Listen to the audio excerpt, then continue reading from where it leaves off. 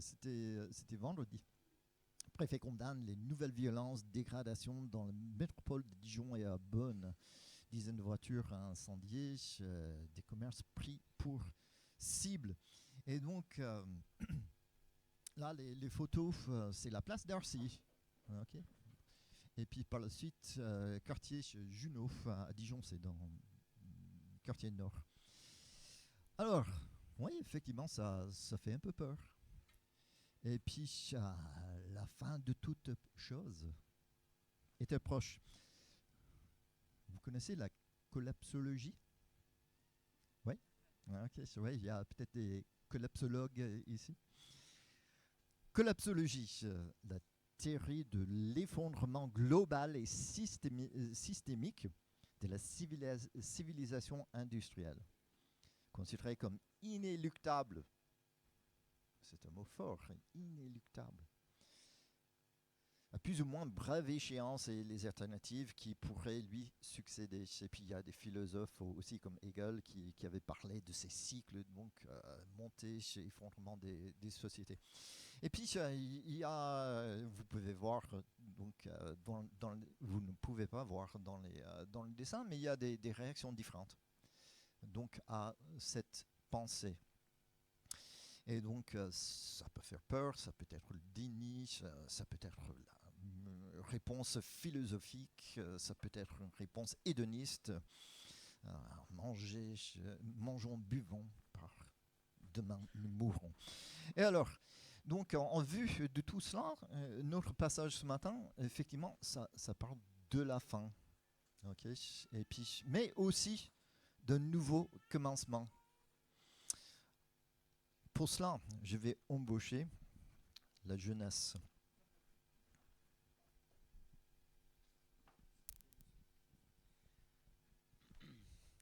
Alors, 2 Thessaloniciens 2, 1, chapitre 12.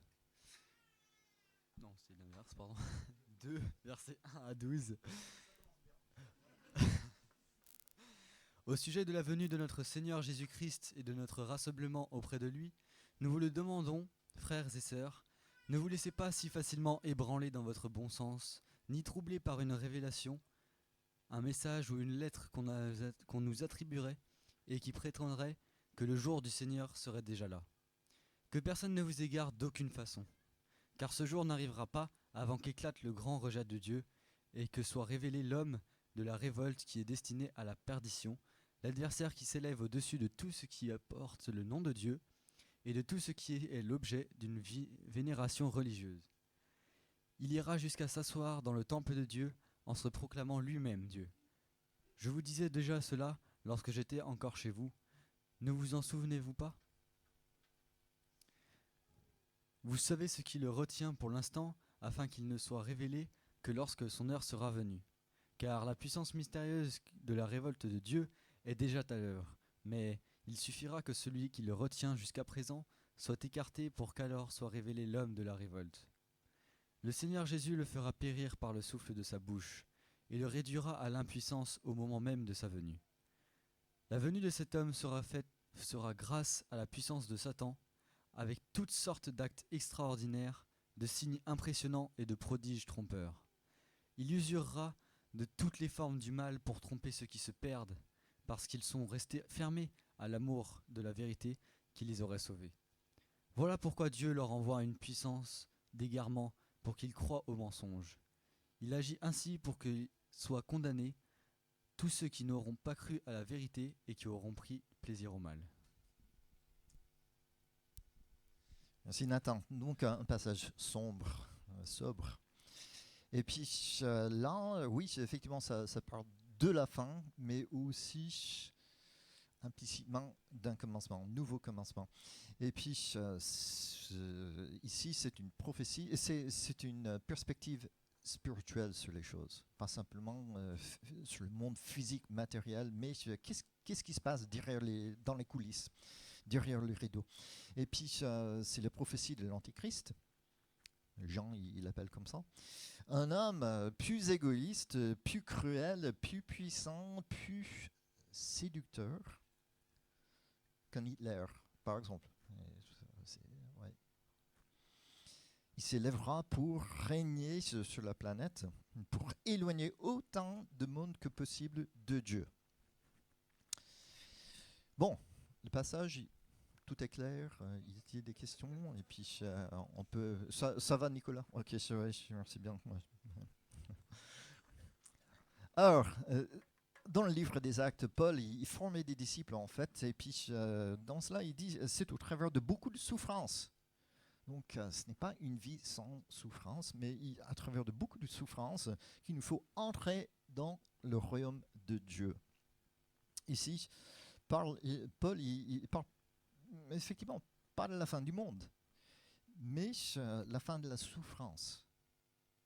Et ça, Joël a présenté il y a 15 jours. Donc, cette église souffrait. C'était une église persécutée et donc qui connaissait bien la souffrance. Et puis, la souffrance fait partie de la vie, oui, et de la vie chrétienne. Alors, pour comprendre la source de l'espoir, parce que dans ce passage, il y a beaucoup d'espoir. Et quand je dis passage, ce n'est pas simplement ces 12 versets, mais aussi la première lettre aux Thessaloniciens, et puis le reste qui sera présenté la semaine prochaine. Et pour cela, donc, ce retour de Christ, moi j'expliquerai 2 termes, 2 empêchements, et puis par la suite, je vais vous faire travailler encore plus. Et puis, pour discuter de 2 manifestations, donc il y a 2 venues dans ce passage, et puis 2 égarements qui se trouvent dans ce texte, parce que en fait, il y a un parallélisme dans le texte. Il y a le faux Christ, il y a le vrai Christ. Il y a l'arrivée du faux Christ, il y a l'arrivée du vrai Christ. Et puis ça, on voit tout le long. Donc, et puis par la suite, pour bien maintenir la symétrie, donc 2 applications. Voilà. Et puis pour cela, on commence par 2 termes qui sont des termes clés en fait. Et puis le jour du Seigneur, et puis par la suite la venue, ou ce terme théologique, technique, parousia. Et le jour du Seigneur, c'est dans ce passage, ne vous laissez pas si facilement ébranler. On avait parlé de la peur, donc oui, il y a des choses qui font peur dans la vie. Mais ce jour-là, pour ceux qui connaissent Christ, est un jour rassurant, comme Julien a lu. Et puis, dans la Bible, pour ceux qui n'ont pas placé leur confiance en Jésus, qui ont rejeté la vérité de l'Évangile, ce jour sera effectivement un jour de jugement. Paul, il ne le cache pas. Et puis, ça encore, vous pouvez lire, vous pouvez consulter 2 Thessaloniciens 1, encore une fois le passage que Joël a présenté il y a 15 jours. C'est un jour de jugement, de malheur, de détresse. Il y aura peu de possibilités de faire appel à cette condamnation. C'est final, c'est le mot final. Et puis chez les prophètes, chez les apôtres, Isaïe, Amos, Joël, Sophonie, Zacharie, Jésus, Paul, Pierre, Jean, et la liste n'est pas exhaustive, mais c'est le grand jour du jugement. Il y a peu de vérités bibliques en fait qui sont plus attestées quantitativement que le jour du Seigneur. C'est sûr, c'est certain, ça viendra. Alors, ce jour, le jour du Seigneur, viendra subitement. Dans la confession de foi de cette Église, le Christ reviendra soudainement en personne. C'est pas un mythe, c'est pas du virtuel, mais il sera là de nouveau, une deuxième fois sur terre.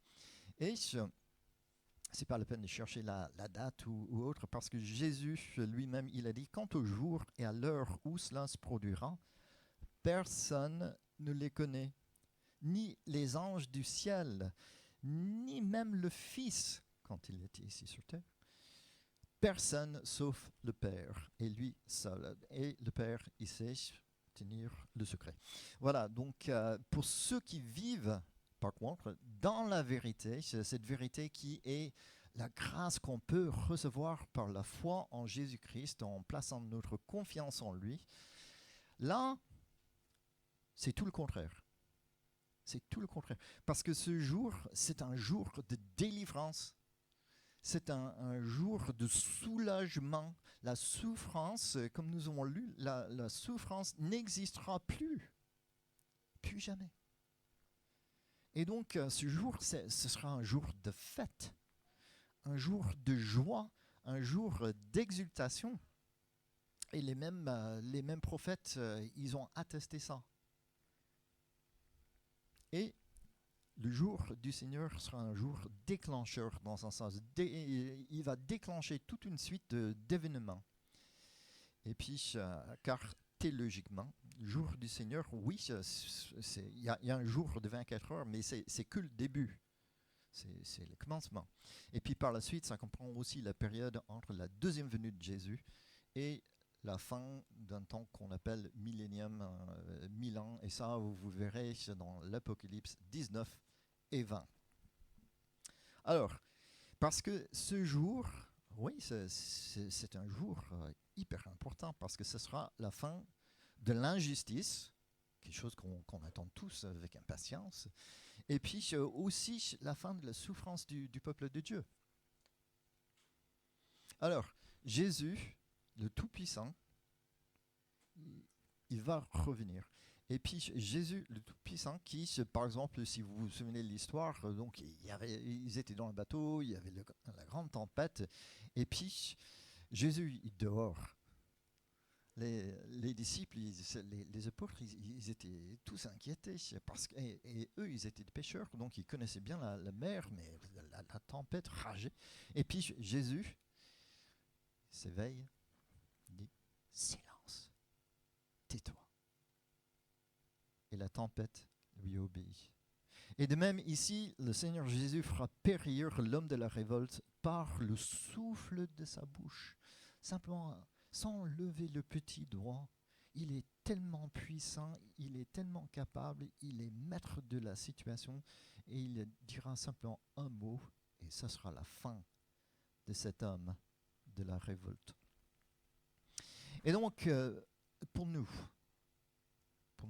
quoi qu'il arrive, violence, dégradation, les souffrances physiques ou les problèmes financiers, n'oublions jamais, et soyons encouragés et même fortifiés par cette pensée, la vérité sûre, certaine, que le mal sera réduit à l'impuissance, il n'y aura plus de souffrance pour le peuple de Dieu.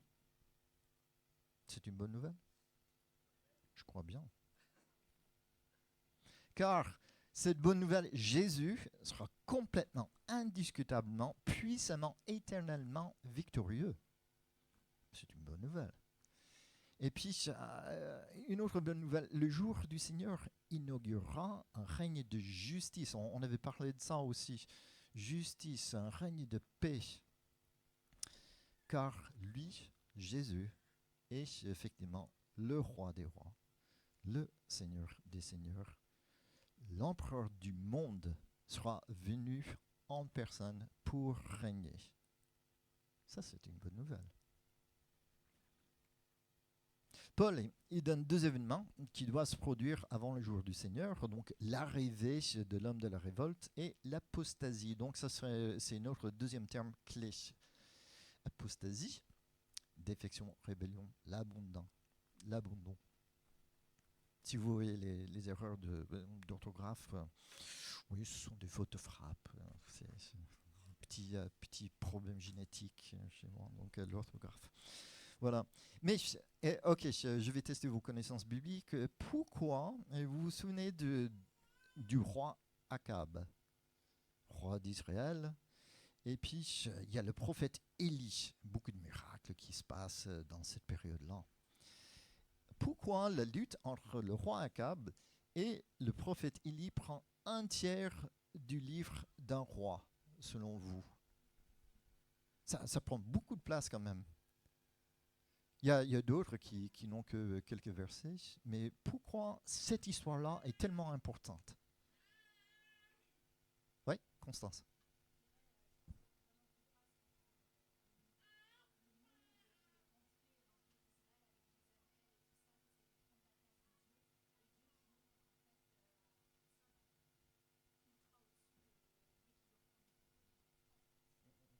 Oui, oui, ouais, c'est exactement ça. Donc, qui est le vrai Dieu? C'est ça la question. Qui est le vrai Dieu? Et aussi, là, on voit un exemple de l'apostasie. Ok, le grand abandon. Donc, la grande rébellion. Parce que, oui, c'est le peuple qui avait abandonné son Dieu, mais aussi c'est le roi, c'est la reine.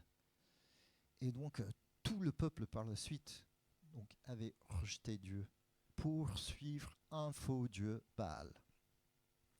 Et ça nous donne un exemple de ce qui se passera donc, oui, à la fin. Ça, oui, la nation d'Israël, cette fois-ci, bon, dans le futur, ça sera le monde entier. Mais comme ça, nous avons un petit aperçu de quoi ressemble cette apostasie. Et puis, oui, la grande rébellion. Et puis, apostasie, ça peut dire donc abandon d'un parti, parce que le terme en grec est un terme politique. Donc, on quitte un parti pour un autre. Mais dans le sens religieux, apostasie signifie défection, rébellion, abandon. Et c'est une défection nationale. Et dans le futur, défection, rébellion mondiale. Et cela contre Dieu. Parce que Jésus et Paul ici, dans ce passage, Matthieu, Jésus dans les évangiles, Matthieu par exemple, le monde entier rejettera le seul vrai Dieu pour suivre un imposteur, pour suivre un faux Dieu. Alors, le jour du Seigneur n'arrivera pas avant que cet éclat, le grand rejet de Dieu, ou dans une autre version, personne ne vous séduise d'aucune manière, car il faut que l'apostasie soit arrivée auparavant, qu'on ait vu paraître l'homme impie, fils de la perdition. Voilà nos deux termes clés. Y a-t-il des questions sur cela? Parce que on va avancer, mais quand même s'il y a des choses qui sont dégradation.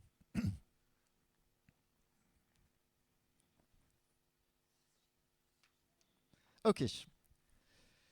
Deux empêchements, et puis par la suite, je vous fais travailler.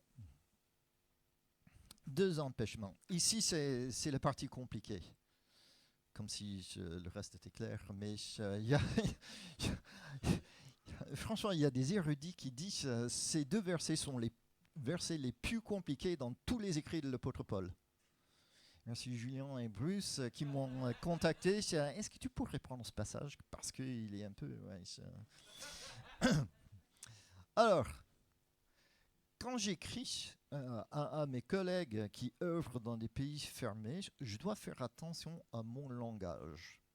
Okay, par exemple, je n'utilise jamais le mot missionnaire, je n'utilise jamais le mot église, parce que éventuellement, donc, ils peuvent avoir des ennuis avec le gouvernement local à cause de cela. Et donc, Paul, il avait déjà expliqué, comme on voit, je vous disais cela déjà, lorsque j'étais encore chez vous, ne vous en souvenez-vous pas? Et par la suite, il emploie un langage codé, ce qui le retient. Mais qu'est-ce que ça veut dire? Et celui qui le retient, mais c'est qui? Donc finalement, il y avait personne de cette église, l'église à Thessalonique, qui n'a tweeté pour nous dire ouais, Paul il était en train d'utiliser un langage codé, mais voici ce qu'il a expliqué quand il était présent. Donc nous ne vons pas ça et on ne peut pas savoir. Donc quelque part, c'est pas la peine d'aller dans la spéculation et tout. Quelques indices, parce que ouais, on est quand même curieux. Alors, ici, la complexité, c'est les mêmes mots, ce sont deux participes qui veulent dire donc restreindre, retarder, retenir. Et puis, ce qui est clair dans le verset 6, donc ce qui le retient, c'est une chose, c'est un principe. Okay. Et ce qui est clair dans le verset 7, celui qui le retient, là c'est une personne. Okay. Donc nous avons un principe et une personne. Encore une fois, parallélisme. Et donc l'empêchement de ce qui le retient et ce qui le retire. Alors, les érudits, comme d'habitude, donc ici il y a 12 interprétations, 12 propositions majeures. Je vous en donne 2.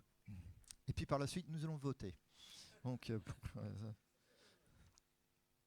alors, une, et en fait, c'est l'interprétation majoritaire, donc, et cela historiquement parce que ça vient de Tertullien, donc 2e siècle.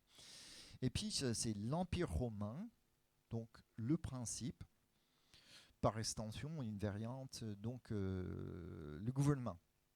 Okay. Et la personne serait l'empereur. Okay. La personne, et puis pour nous, par extension, le roi, le président du pays. Donc, encore une fois, un principe, l'empire, et puis une personne, l'empereur, principe, gouvernement. Donc, la personne serait le président. Et ça, parce que, souvenons-nous, par rapport à l'Empire, on peut penser l'Empire romain, mais il y avait beaucoup de corruption et tout. Mais Paul, il avait dit, Romains 13, car l'autorité est au service de Dieu pour ton bien. Okay, donc, ces autorités ont été établies par Dieu, mais les autorités avaient une responsabilité. La responsabilité était pour... oui, maintenir la paix, l'ordre, la justice. Et puis, Paul lui-même, il avait bénéficié de la Pax Romana, donc la paix romaine, maintenue par l'Empire et l'empereur, afin de pouvoir partager l'évangile librement. Oui, il a eu des souffrances tout au long, mais quand même, donc, dans l'ensemble, il bénéficiait bien de cette paix. Aujourd'hui, on a le principe de l'état de droit. Et puis, donc, avec son président, donc, Dieu charge les autorités avec cette responsabilité de maintenir la justice, d'empêcher l'anarchie. Et puis, oui, comme le président de la République essaie de faire aujourd'hui, et puis le préfet de la Côte d'Or. Donc, deuxième interprétation. Première, l'Empire romain et l'empereur. Donc, deuxième, l'Église. Ce serait le principe. Et puis, l'Esprit Saint serait la personne. Et là aussi, il y a des variantes, donc l'Église ou donc proclamation de l'Évangile, et puis la personne, certaines disent, c'était l'apôtre Paul lui-même ou d'autres, donc un ange comme Michel, si vous vous souvenez, c'est dans Daniel, Michel qui empêchait le prince de la Perse. Donc, et donc nous voyons que l'Église agit déjà par la prière, pour demander à Dieu d'intervenir, donc de nous équiper, de faire du bien. La présence éthique dans le monde, notre témoignage, l'ange, un ange est puissant, et puis le Saint-Esprit tout puissant pour effectivement restreindre, empêcher le mal. Ok, donc voici deux grandes interprétations. Il y a encore une dizaine si vous voulez, et puis par la suite, je pense que vous pouvez en créer vous-même parce que on voit que... Oui, donc on veut voter. Qu'est-ce que vous préférez? Et puis comme ça sera déterminé une fois pour toutes. Alors, je vous fais travailler. Il y aura deux manifestations.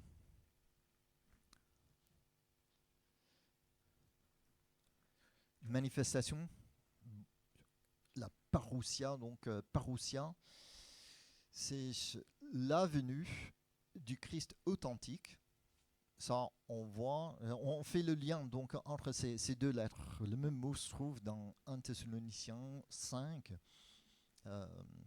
Et puis, désolé, ça c'est 4. 1 Thessaloniciens 4, 15. Et puis, 2 Thessaloniciens 2, 1. Donc, c'est le même mot, c'est la même arrivée, c'est le même Christ, c'est l'authentique, c'est le vrai. Okay. Et puis, deuxième manifestation, n'oublions pas parallélisme, donc vrai Christ, faux Christ, vrai Christ, tout au long. Alors, à la période de Noël, quel nom les chrétiens donnent-ils aux 4 dimanches avant la fête? L'avant, ouais. C'était, ouais, parce que Stéphane m'a dit, ouais, bon, je suis un peu fatigué, donc heureusement il y a du café fort, et puis, ouais. Que signifie l'avant?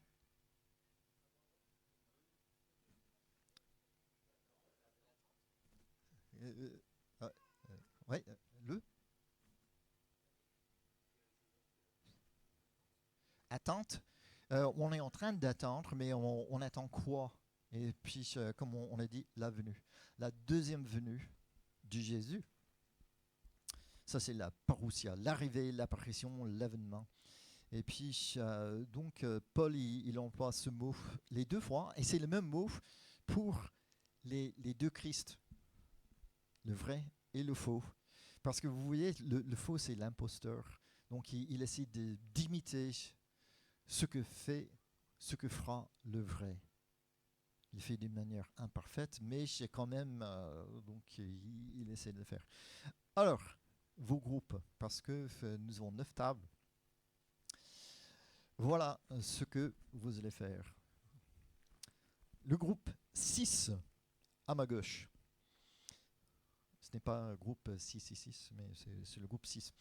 Donc, vous allez décrire, et c'est pour cela il y a les bouts de papier qui sont sur la table, donc les questions sont écrites là-dessus.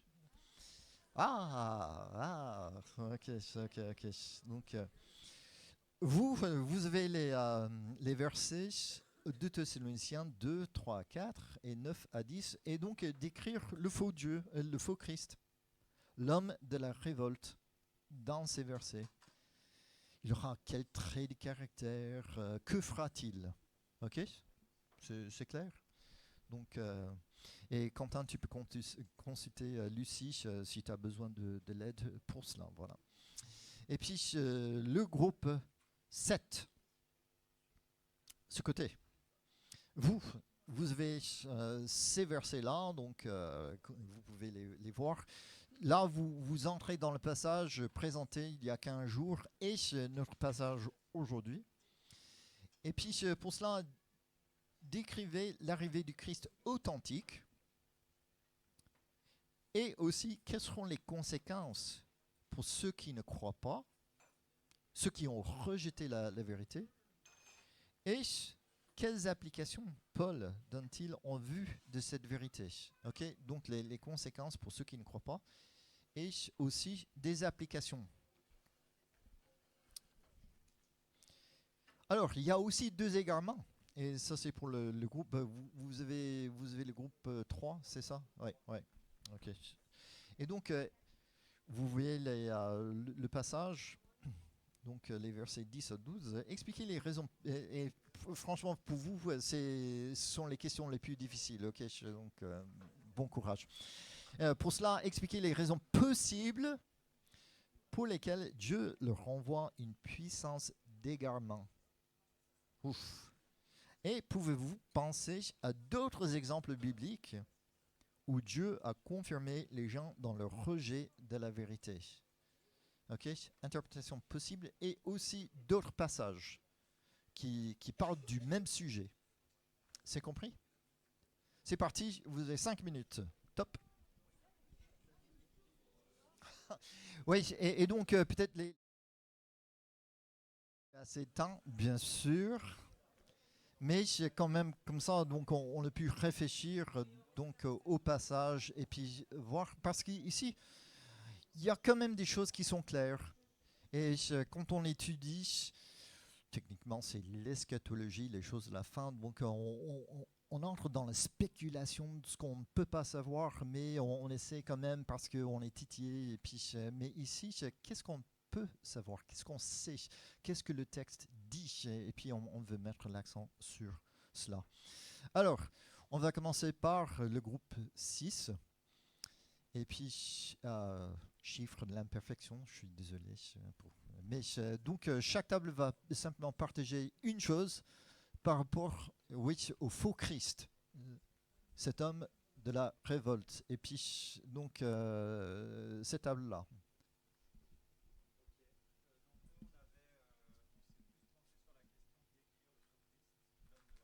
Oui. Donc nous, on a essayé de répondre à la question donc de décrire le faux Christ, l'homme de la révolte. Alors on a dit il est voué à la perdition, il est l'adversaire, il s'élève au-dessus de tout ce qu'on appelle Dieu, au-dessus de tout ce qu'on adore, pardon. Il est capable de nous tromper. Ah, c'était une chose. Bon, ça fait une chose une chose allemande, donc très long.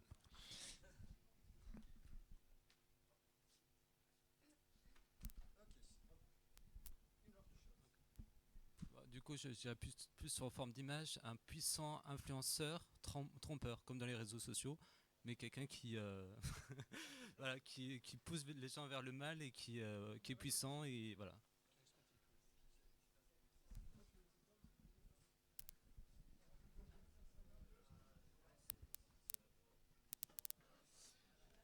Euh, ouais. Du coup, nous, on a regardé la question aussi de qu'est-ce qu'il fera. Et on voit au verset 4 qu'il va aller jusqu'à s'asseoir dans le temple et se proclamer lui-même Dieu, comme s'il était Dieu lui-même. Et voilà, il va prendre cette place-là. Essayer de la prendre en tout cas.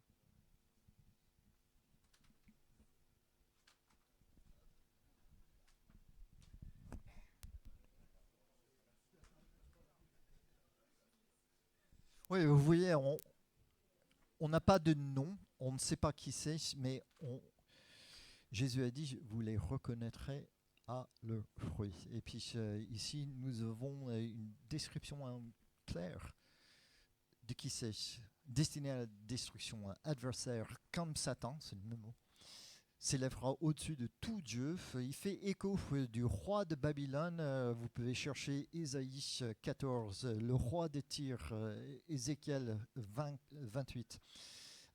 Abomination de la désolation dans Daniel et là dans l'histoire. Vous pouvez lire le récit d'Antioche 4. Antioche Épiphane. Il a fait tout cela. Okay, donc ça c'est déjà produit, mais encore une fois en petit. Cette fois-ci, ce sera en grand. Et puis donc il exigera que le monde entier l'adore. Ici, c'est bien au-delà d'un roi, d'un président, mais il prétend être Dieu. Il conduira la grande révolte, il opérera des miracles, signes, prodiges, mensongers, et puis on va parler de ça. Ok, donc ce groupe ici, vos réponses, parce que les questions, les voilà. Cette fois-ci, c'est l'arrivée du Christ. Et puis vous pouvez partager une chose. Décrire l'arrivée du Christ authentique, on a vu dans 2 Thessaloniciens 1, 7 et 8, voilà, qu'il apparaît du ciel avec ses anges puissants, donc il ne vient pas seul, et dans un feu flamboyant. Oui, donc ce ne sera pas en cachette, comme la première venue. Là, oui, c'est mangeoire, mais cette fois-ci, tout le monde le verra. Et cette fois-ci, sa venue sera glorieuse, puissante.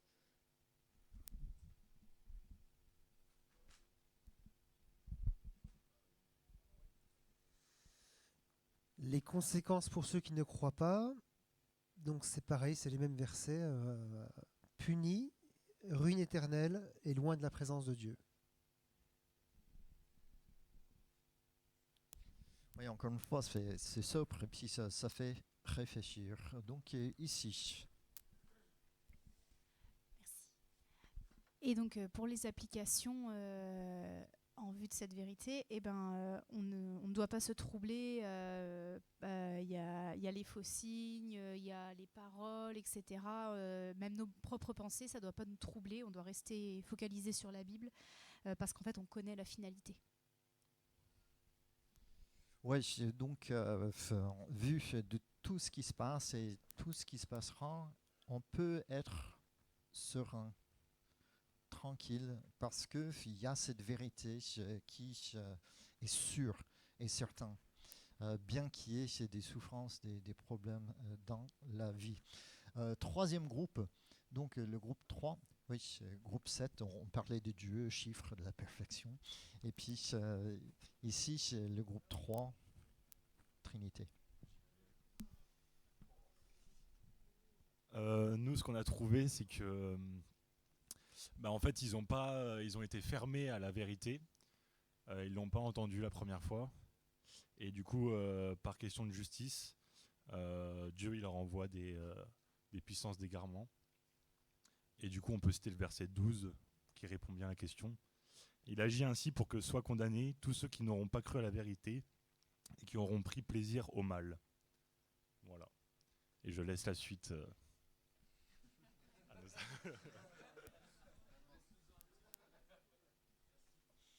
Oui, parce que Laure, il ne voulait pas partager avec Lucas. Voilà. Et puis, non, mais là, on voit que Dieu, en fait, sa réponse est quelque part en fonction de ce que eux ils ont déjà décidé. Ok, c'est important ça. Oui, donc en fait, ils les ont durcis parce qu'ils n'ont pas voulu croire à la vérité, donc c'est dans l'incrédulité. Ils n'ont pas accueilli aussi l'amour de la vérité. Ils n'ont pas pris plaisir à la justice, donc en fait, ils ont cru au mensonge et à l'injustice. Et puis les exemples, nous, il y en a plusieurs, mais en fait, on a trouvé Pharaon, là, clairement, voilà, Pharaon. Ah oui, il n'y en a qu'un à donner. Non, mais oui, j'en donne pour les autres. Donc on a trouvé Pharaon qui Dieu a endurci son cœur à force. On ne sait pas si c'est Pharaon qui endurcit son cœur ou c'est Dieu, mais voilà, il y a un endurcissement.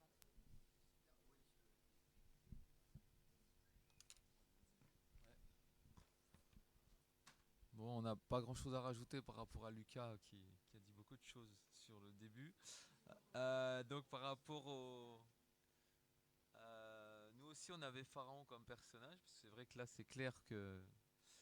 Au début on voit Pharaon s'entêter, puis après on voit vraiment que c'est Dieu qui endurcit le cœur de Pharaon. Et on a pensé aussi à Saül, parce que il a désobéi plusieurs fois à Dieu. Après Dieu a retiré son esprit et il s'est vraiment égaré, quoi.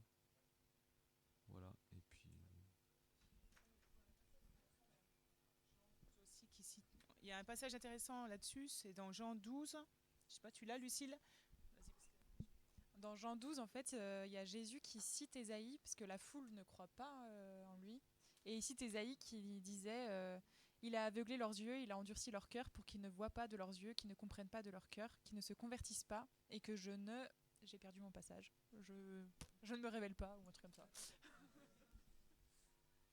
Oui, effectivement, Isaïe 6 est cité beaucoup de fois dans la Bible. Et oui, pour la question de Pharaon, quand on lit le récit, Pharaon, il endurcit son cœur, on lit, mais il endurcit son cœur 5 fois avant que on voit, et par la suite, c'est l'Éternel qui avait endurci le cœur de Pharaon. Donc, Pharaon, il avait sa chance. Et il a refusé, il a refusé, il a refusé, il a refusé, il a refusé. Finalement, Dieu confirme son choix. Et ça, d'une manière inéluctable. Donc, par la suite, il n'y a pas de changement. Et puis, nous voyons cela. Donc, de même, ici, Jésus lui-même, il avait dit, si je peux, cette bonne nouvelle du royaume de Dieu sera proclamée dans le monde entier pour que tous les peuples en entendent le témoignage. Alors seulement viendra la fin.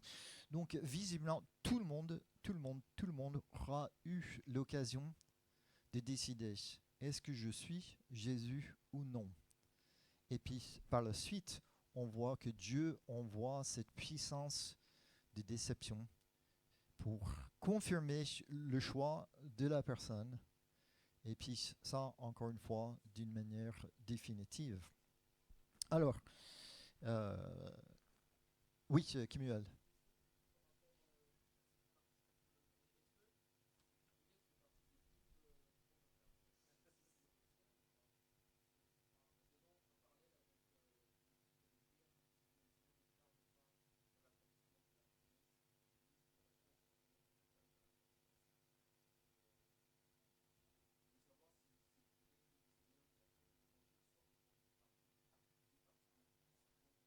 Ah, oui.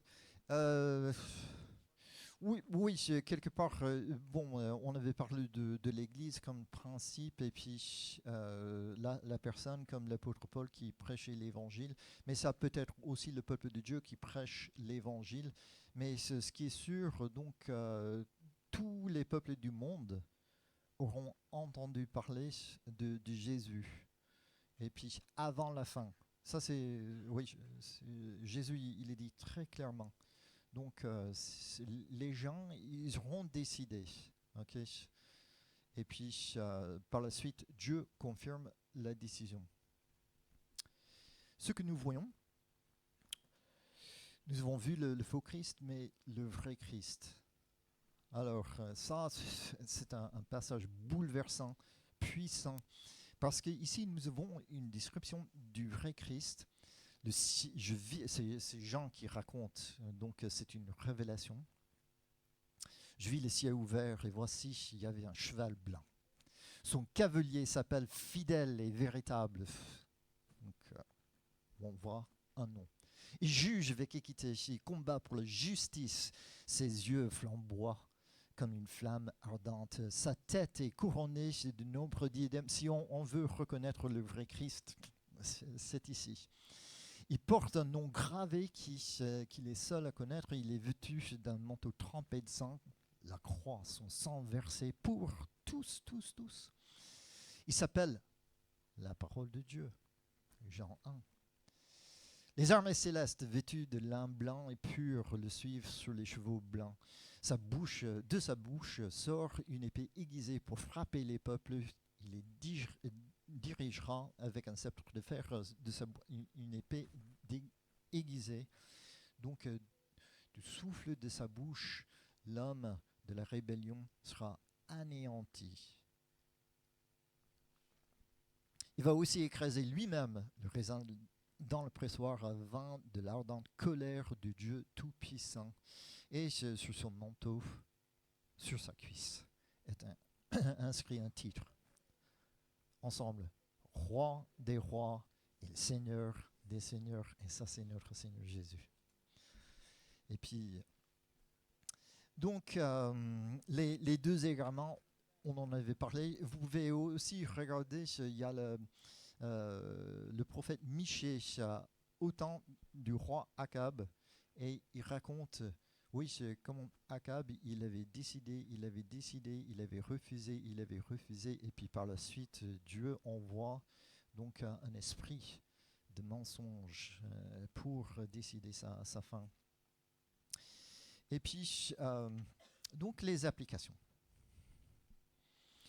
Et il y en a beaucoup, mais j'en ai pris deux qui se trouvent en fait dans ces deux lettres autour de cette question. Encore une fois, une église souffrante, donc on voit la souffrance.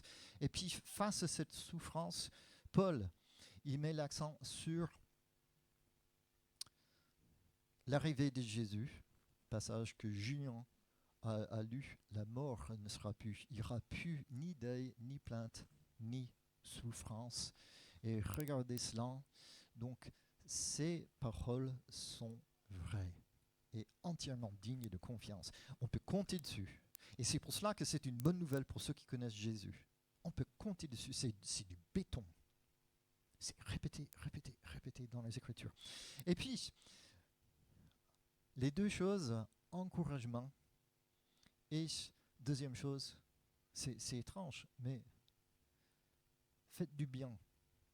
Ça, on voit, Paul, il lie ces deux choses à la souffrance et puis à cette perspective du retour du Christ. Encouragez-vous donc mutuellement par ces paroles.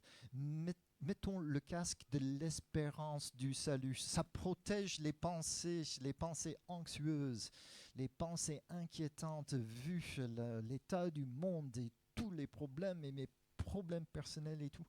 Le casque de l'espérance du salut protège nos pensées. Car Dieu ne nous a pas destinés à connaître la colère, mais à posséder le salut par notre Seigneur Jésus-Christ. Encouragez-vous les uns les autres. Donc, vous voyez quelqu'un qui est troublé, qui est anxieux, oui, donc vous pouvez l'encourager avec cette pensée. Ok, c'est vrai, c'est terrible, mais c'est temporaire. Un jour viendra. La souffrance ne sera plus. On a cette espérance qui se base sur Jésus. Encouragez-vous les uns les autres. Aidez-vous mutuellement à grandir dans la foi comme vous le faites. Que ces enseignements vous remplissent de courage, encouragement, et vous accordent la force pour, deuxième chose, pratiquer du bien. Face à la souffrance et dans ce monde troublé, faisons du bien. Et ça, on peut puiser dans ces enseignements. Et il y a une grande quantité dans la Bible, mais on peut puiser dedans pour trouver une source d'inspiration, source d'énergie, pour faire du bien dans ce monde. Et puis, dernière chose, si tu n'as pas encore reçu le pardon, la grâce de Dieu, okay, c'est parce qu'on a vu le sort de ceux qui refusent, qui rejettent cette bonne nouvelle, parce que l'invitation est ouverte. Dieu ne veut pas que les gens périssent, mais il veut qu'ils aient la vie éternelle en Jésus-Christ.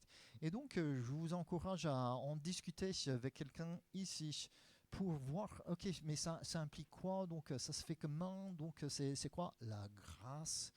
Et pour arriver, oui, à un choix. Est-ce que je vais placer ma confiance en Jésus?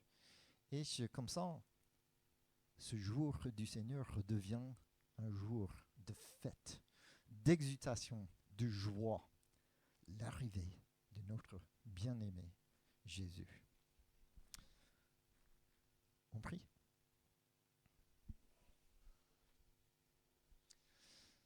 Je vais demander à Nicolas Perron, est-ce que tu peux prier, s'il te plaît, pour